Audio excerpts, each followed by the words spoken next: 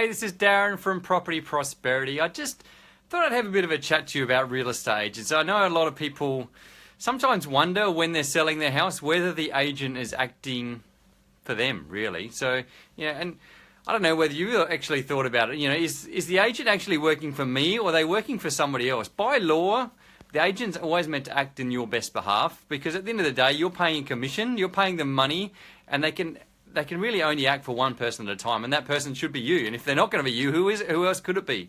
So today I thought I'd have a bit of a chat to you about, who else could the agent be working on behalf of if it's not you? I know a lot of people might be thinking, surely they're always acting on my best behalf. So the reason this sparked this interest, I thought, is because I was chatting to someone the other day, and they've got their property on the market. And they've actually got their property on the market, and the way they chose their real estate agent was they actually found a property for sale, and they decided they really liked the property and they wanted to buy it, but the situation was they hadn't even put their property on the market yet, so let alone actually sold it. And so the agent said to them, hey, tell you what, I can go back to the owner and see whether they're willing to sign a contract subject to you selling your property first. And if that's the case, then what I can do, I can come and help you sell the property, and then you can come and buy this property once your house is sold. Which I know really that seems like a really good idea, and if you found the house of your dreams and you really want to go ahead with it, you can see why anyone would jump at that opportunity. My concern for that is the agent then is acting on behalf of you to sell your property, but they're also acting on behalf of the seller, or in their case, you're the buyer. And so the thing is, you can never act for two people. So they can't act on behalf of the seller and the buyer because there's going to be a conflict always there. So, and you can imagine a situation for the agent, they're actually also acting in their own interest as well. So they, as well as being a double agent, they might even be a triple agent. So, because at the end of the day, they've really got to look out for themselves. Agents have bills to pay just like anybody else.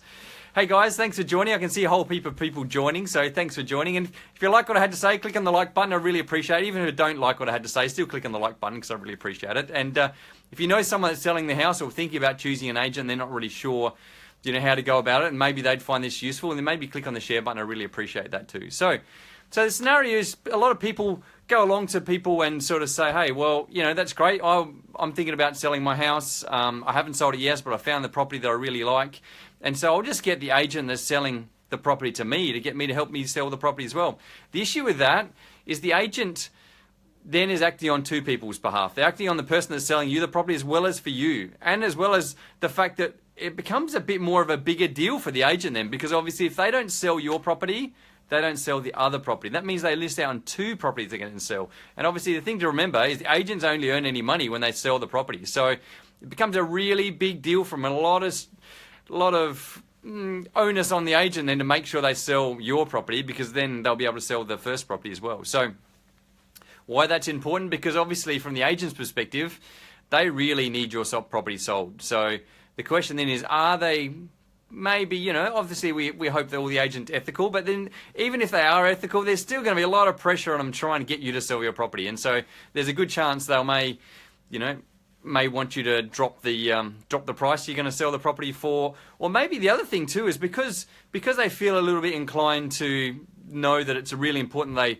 sell the property, you sell the property through them, they might be inclined to drop their commission, they might be inclined to not charge you any money for marketing.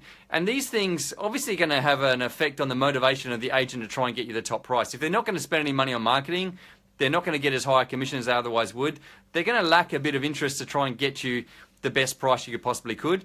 And likewise, on the flip side, they're obviously going to be a lot more motivated to try and get you to accept any offer they possibly can. So you can sort of see why it'd be so dangerous to have an agent representing you as well as the property you're selling, because they're always, at the end of the day, they're going to have a lot more relationship with the original person they signed up to sell their property than they would be for you, because you're really just the guy that's coming in at the end. So I really think it's really dangerous for people. So my advice to you is make sure your agent is working on your best behalf and is only working for you. And if that's the case, then my advice to you is just make sure that they're not working for anybody else. So, and hence make sure they're not a double agent. So my advice to you is if you are finding a property that you want to, you need to sell your property before you can buy another property, make sure you definitely don't go with the same agent that's selling you the property, because it's going to create that conflict of interest.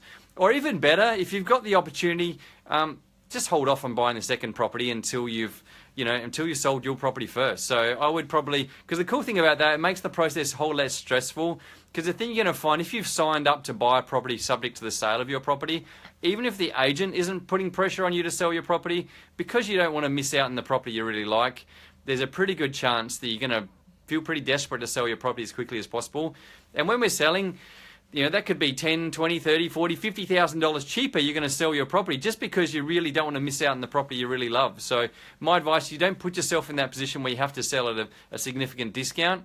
Because the other thing to remember too is when you're buying a property, if you're buying it subject to the sale of your house, whoever's selling it to you, only really going to sell it to you if you're buying it at a premium compared to everybody else. If there's someone else there that's cash unconditional, they're obviously always going to sell it to you at a discount. So really, you're always going to be behind if you're buying subject to the sale of your house, because firstly, you're going to have pressure on to sell your house at a bit of a discount so you don't miss out on the property you really love. And then secondly, quite often you're going to pay too much for the property that you're buying because you have to pay a premium to be able to put in those sort of conditions. So, it might be you sell at a discount of $10, $20, $30, $40, $50,000 cheaper, but you also might pay another $50,000 more to buy the property because it is subject to the sale of the house. So if you look at that in real numbers, that could be tens of thousands, if not hundreds of thousands of dollars more you end up paying for that property than if you'd have just sold your property first and then gone cash unconditional. So hopefully that's made sense. If you like what I had to say, click on the like button. If you haven't liked it, I still really appreciate if you click on the like button anyway.